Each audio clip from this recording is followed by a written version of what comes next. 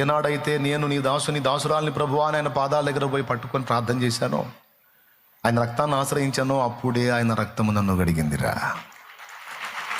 అవసరమైతే నా తండ్రి నన్ను కొడతాడు, తిడతాడు, గద్దిస్తాడు, బుద్ధి చెబుతాడు, కానీ నన్ను చంకనెత్తుకోవటం మానడు.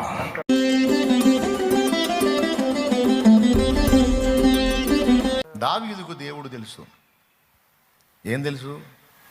దావీదంటే దేవునికి ఎంత ఇష్టమో తెలుసు, దావీదుని ఎంత ప్రేమిస్తాడో తెలుసు. మరి నువ్వంటే ఆయనకి ఎంత ఇష్టమో నీకు తెలుసా? నువ్వేమనుకుంటావు నేను చెప్పనా? ఈ సంఘంలో ఉన్న అందరు ఇష్టమవుతారేమో కానీ దేవుడికి నేను మాత్రం ఇష్టం కాదు. ఎందుకంటే నేను మంచిదని కాదు. ఈ సంఘంలో ఉన్న వాళ్ళందరూ పరిశుద్ధులు, వీళ్ళందరూ ఇష్టం అవుతారు కానీ నేను ఇష్టం కాను దేవుడికి. ఎందుకంటే నేను మంచోడు కాదు.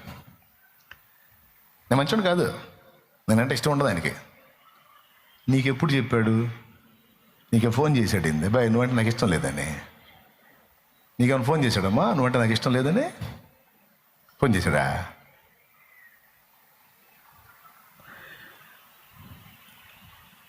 నువ్వు ఎప్పుడైతే దేవుని పాదాల దగ్గరికి వచ్చి నీ దోషములను ఒప్పుకొని మారు మనసు పొంది ఆయన రక్తమును ఆశ్రయించి కడుక్కుంటావో, అవన్నీ కడగబడ్డాయి నాయన. ఈరోజు నువ్వు తెల్లగా ఉన్నావు దేవుని ముందు. కానీ నువ్వు మలినంగా ఉన్నావు, నల్లబారిపోయావు అని నీతో అనేది శత్రువు. నిన్ను బలహీనపరచడానికి, కృంగదీయడానికి, దేవుని విషయంలో నీకున్న విశ్వాసం, దేవుని మనసులో నీకున్న ప్రేమ అర్థం కాకుండా చేయటానికి వాడు నీ దోషాలన్నీ, ఏవి దేవుడు కొట్టేసిన కేసులన్నీ వాడు తీసుకొచ్చి పెడుతుంటాడు నీ మందు. దేవుడు రద్దు చేసినవన్నీ తీసుకొచ్చి నీకు చూపించి కృంగ కొడతా ఉంటాడు వాడు. ఏమన్నా అర్థమవుతుందని నేను చెప్పేది? అప్పుడు ఏం చెప్పాలి? ఏనాడైతే నేను నీ దాసురాల్ని ప్రభువా అని ఆయన పాదాల దగ్గర పోయి పట్టుకొని ప్రార్థన చేశానో, ఆయన రక్తాన్ని ఆశ్రయించానో, అప్పుడే ఆయన రక్తము నన్ను గడిగిందిరా. నా తండ్రి ఎప్పటికప్పుడు నన్ను కడిగి శుభ్రం చేసి తెలుపు చేసుకుంటున్నాడు. ఆయన ప్రేమించిన గొర్రెను రా నేను, ఆయన ప్రేమించిన గొర్రెను. అవసరమైతే మా నాన్న ఒక దెబ్బ కొడతాడు, శిక్షిస్తాడు, అంతేగాని పూర్తిగా నన్ను ద్వేషించుడు, అవాయిడ్ చేయడు. ఎందుకంటే మా నాన్న నాకు చెప్పాడు, నేను ప్రేమించే వారిని అందరిని గద్దించి, అమ్మయ్య ఆడికొచ్చామండి ఇప్పుడు, దేవునికి స్తోత్రం కలుగును గాక. హల్లెలూయా. అవసరమైతే నా తండ్రి నన్ను కొడతాడు, తిడతాడు, గద్దిస్తాడు, బుద్ధి చెబుతాడు, కానీ నన్ను చంకనెత్తుకోవటం మానడు.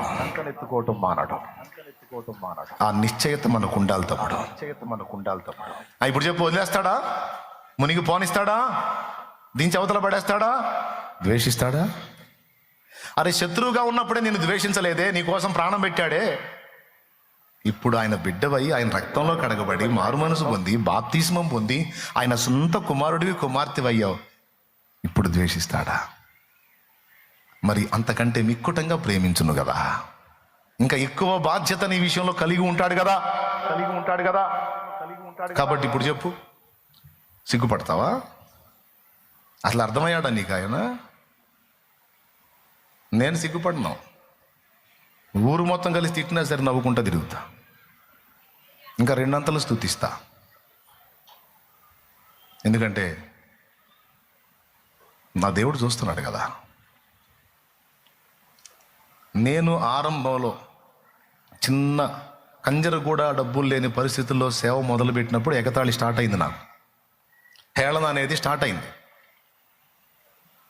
సొంత వాళ్ళు కొంతమంది తోలనాడారు తెలియక, దేవుని ఎరిగినోడు కూడా కొంతమంది తేలిగ్గా మాట్లాడారు. ఆశ్రయము నీవేనయా, ఆధారము నీవేనయా అనే పాట తెలుసా? అయ్యా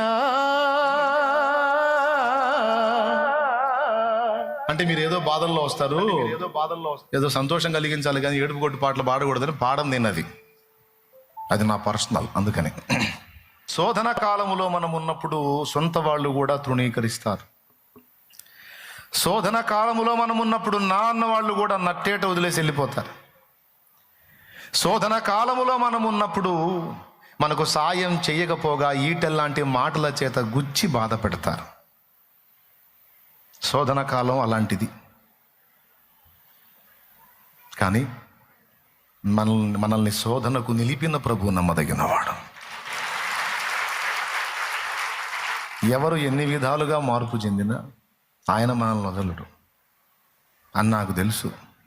మరి విశ్వాసంలోకి వచ్చి సేవకు వచ్చా కదా, ఆ చిన్న పరిచయలో కంజరకు కూడా డబ్బులు లేని పరిస్థితుల్లో సేవ చేస్తున్న పరిస్థితుల్లో కొంతమంది మాట్లాడిన మాటలు ఎంతో హేళన, దూషణ, అవమానం, తృణీకారం, ఎగతాళి అనేది అప్పటి నుంచి నాకు తెలుసు. అయినా అది ఇప్పుడు నేను క్రీస్తులో కొత్తగా అనుభవించింది ఏముంది? నా గతకాలం అంతా కూడా అవమానాల ప్రయాణమేగా. ఎక్కడ ప్రశంసించబడ్డ బతికేది? దేవుణ్ణి ఎరగక ముందు అవమానాల బతికే, దేవుణ్ణి ఎరిగిన తర్వాత కూడా అవమానం ఎదురైంది. అయితే ఆనాటికి ఈనాటికి తేడా ఏంటంటే, ఆనాడు క్రీస్తు నాకు తెలియదు, ఈనాడు క్రీస్తు నాకు తెలుసు. నా జీవితంలో ఆనాడు ఆయన లేడు, ఈనాడు ఆయన ఉన్నాడు. Praise the Lord. నా జీవితంలో ఆయన లేడు అనేది బాగాలేదే, కానీ నా జీవితం క్రీస్తుకు ముందు నేను ఆయనలో లేను, ఇప్పుడు నేను క్రీస్తులో ఉన్నాను.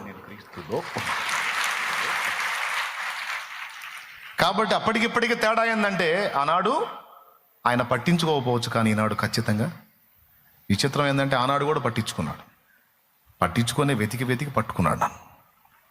పిచ్చి మహారాజు, నమ్మదగినవాడు, దేవునికి మహిమ. అప్పటి నుంచి నేను ఇట్లా తృణీకారాలు, ఎగతాళి అనేదాన్ని అలవాటు చేసుకున్నా. సిగ్గు ఫీల్ అవ్వాల, అసలు మాట్లాడే పని లేదు. ఈరోజు నేను చెప్తున్నా, దేనిని బట్టి నీవు సిగ్గుపడే పరిస్థితుల్లో ఉన్నావో, సిగ్గు ఫీల్ అవుతున్నావో, అవమానం ఫీల్ అవుతున్నావో, నేను చెప్పింది నీకు అర్థమవుతుందో కావట్లేదో, ఇక నుంచి నువ్వు అలా ఉండదు. ఆయన వైపు చూడు. ఎదురయ్యే అవమానాలన్నీ నవ్వుకో, చిరునవ్వు నవ్వుకో. ఎందుకంటే దేవుడు నీతో మాట్లాడట్లేదా? నీకు వినపట్లేదా? దేవుడు మాట్లాడి వినపడట్లేదా? నవ్వని వాళ్ళని ఆటంకపరచొద్దు. నవ్వే నోళ్ళు వెళ్ళబెట్టేటట్టు చేసి నీకు చిరునవ్వు నేను ఇస్తా. కానీ అననే వాడు గొడ్డుపోతాడు రాడు, వాడు అమ్మాయి గొడ్డుపోతురాలు రా, వాళ్ళ పిల్ల చాలా లేరురా, వీళ్ళకి సావొచ్చి ఎట్రా, మరి వీళ్ళు ఎవరు పారేస్తారా అన్నాడు. పిల్లలు గల్లా అయ్యా, పిల్లలు లేని వారిని. స్తోత్రం. పిల్లలు కన్నా అయ్యేమో దిక్కులేని విధంగా పోయాడు. పిల్లల్ని కనకపోయినా 10 మందిని తన పిల్లలుగా ప్రేమించి ఆదరించిన వాడు పూలల్లో పోయాడు.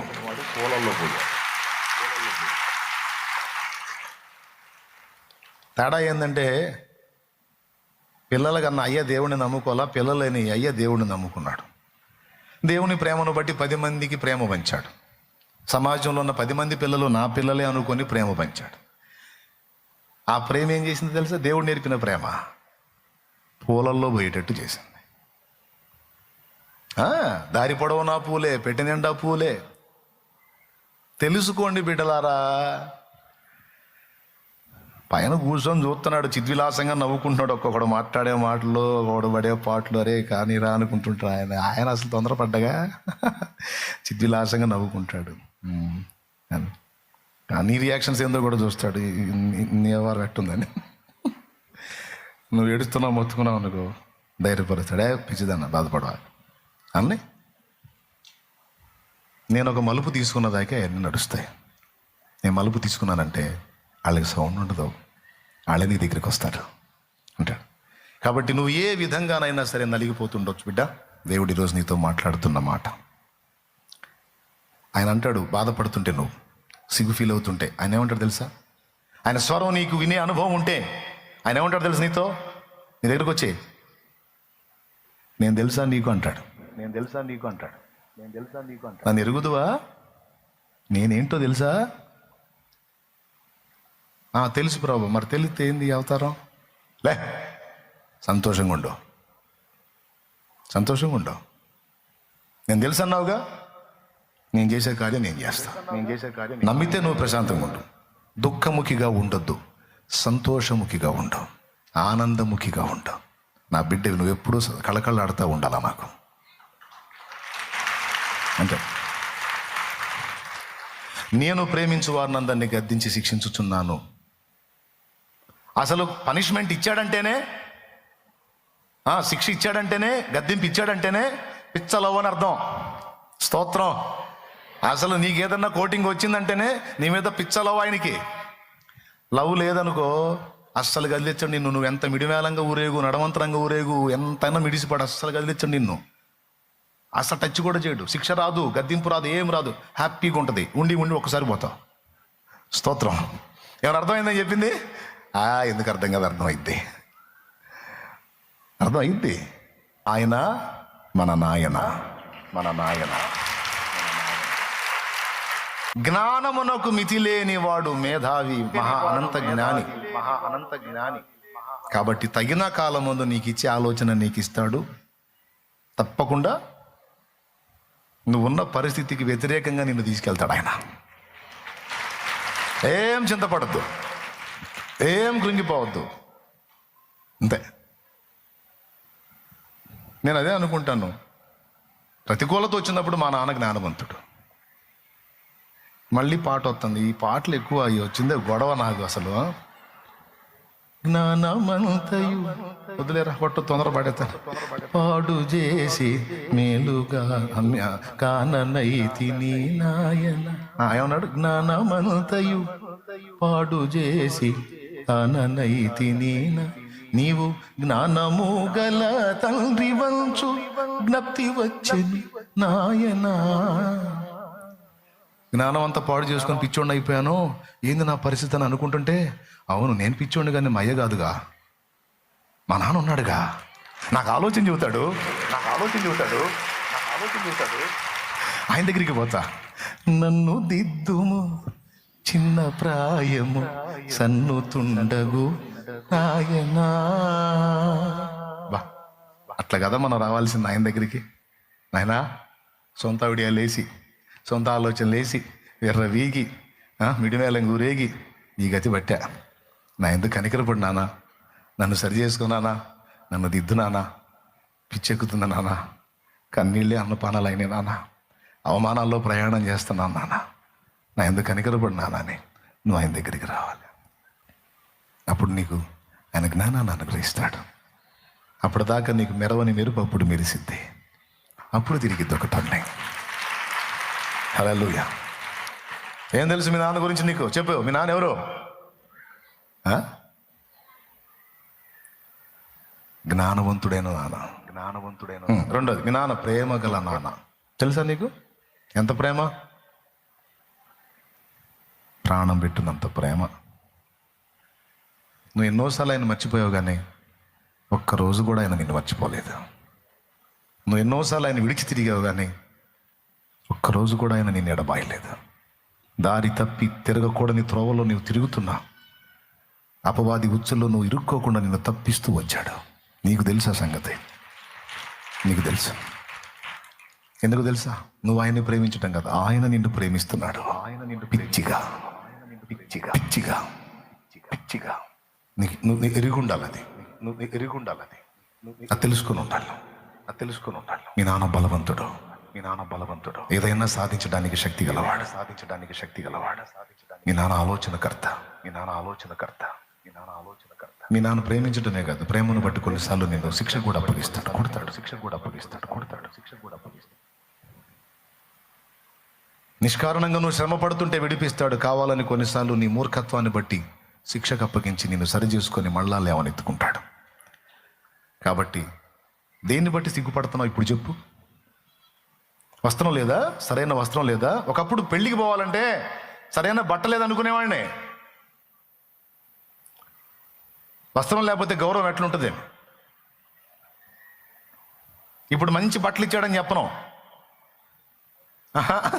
మంచి బట్టలు ఇచ్చాడు, సూపర్గా టిప్ టాప్కి వెళ్తానని చెప్పను. ఇప్పుడు షర్ట్ తీసేసి బనీన్ మీద పోయినా సరే వందనాలు అని అంటారు. అవునా? వస్త్రాన్ని బట్టి కాదు, వ్యక్తిత్వాన్ని చెక్కి ఘనతనిచ్చాడు ఆయన. హల్లెలూయా, హల్లెలూయా. అంతే. అన్ని ప్రతిదానికి సిగ్గు, ప్రతిదానికి సిగ్గు, సిగ్గు సిగ్గు సిగ్గు. ఈరోజు మీ అందరికీ చెప్తున్నాను, దేన్ని బట్టి నువ్వు నలిగిపోదు. ఉద్యోగం రాలేదని సిగ్గుపడదు, భయపడదు. నాన్న ఇస్తాడు. నిన్ను సిగ్గుపరుస్తాడా బాబు? నిన్ను సిగ్గుపరుస్తాడమ్మా? నేను సిగ్గుపరుస్తా. నా జనులు ఇక ఎన్నడూ